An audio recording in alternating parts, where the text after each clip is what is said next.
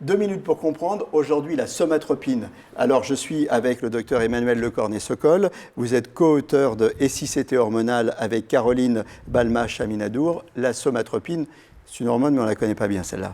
La somatropine, elle est plutôt connue sous le nom d'hormone de croissance.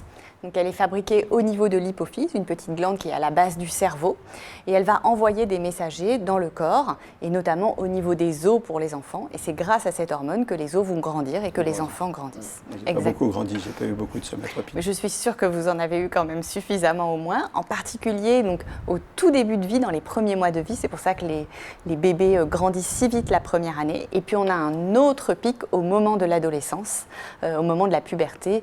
Vous avez, je suis sûre, autour de vous des ados qui ont pris 30 ou 40 cm en quelques mois. C'est grâce à leur hormone de croissance. En vacances et puis on retrouve les copains, ils sont...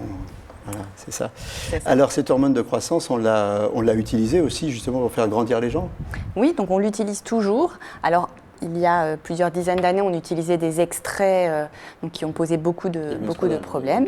Exactement. Mais aujourd'hui, on utilise des hormones de synthèse, donc qui sont sûres, on n'a aucune inquiétude là-dessus. Et on l'utilise toujours aujourd'hui chez les enfants qui ont des problèmes de taille, donc dans certains nanismes ou dans certaines maladies où les enfants ont du mal à grandir. C'est très très utile, ça permet d'améliorer beaucoup la qualité de vie de ces enfants et de leur permettre d'atteindre une taille normale. À partir de quel âge il faut s'inquiéter d'un problème de taille éventuel et recourir à ces hormones de croissance? En fait, il faut regarder dans le carnet de santé des enfants, on regarde la courbe. Tant qu'on est dans la courbe, tout va bien. Si par contre l'enfant sort de la courbe, c'est là qu'il faut consulter éventuellement un endocrinologue. Et puis, il y a une maladie très rare qu'on appelle l'acromégalie, où au contraire, on se met à fabriquer trop d'hormones de croissance, même quand on est un adulte. Les doigts grandissent, la mâchoire grandit, les pieds grandissent.